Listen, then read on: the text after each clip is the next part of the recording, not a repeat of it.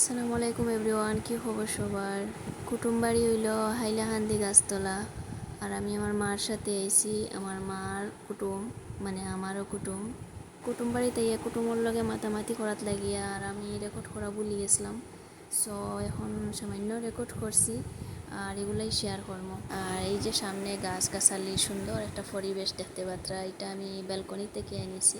কুটুমবাড়ির খাসকের খানি বাপরে বাপ, এত এত আইটেম তারা কষ্ট করে রেডি করছেন।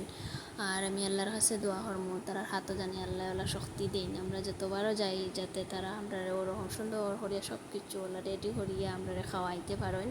আল্লাহ তারা হায়াত দিতা, শক্তি দিতা। লগে আপনারাও দোয়া করবা তারার লাগিয়া। আর সব রকমের আইটেমস আসলো, সব কিছু তারা আগেই বানাইছেন, কারণ আজকাল ফোনের যুগ, কই যাই আর কই কিতা করি আর সপ্তাহ আগে জানিলাইন, আর জানিলেই কিতা প্রবলেম হয়। সব কিছু রেডি, তারা অনেক জিনিস রেডি করছে না, সব কিছু আমি অবশ্য কম বেশ খাইছি আর খুব ভালোও লাগছে। স্ন্যাক্স ফুড সব কিছু খুব ভালো আসলো।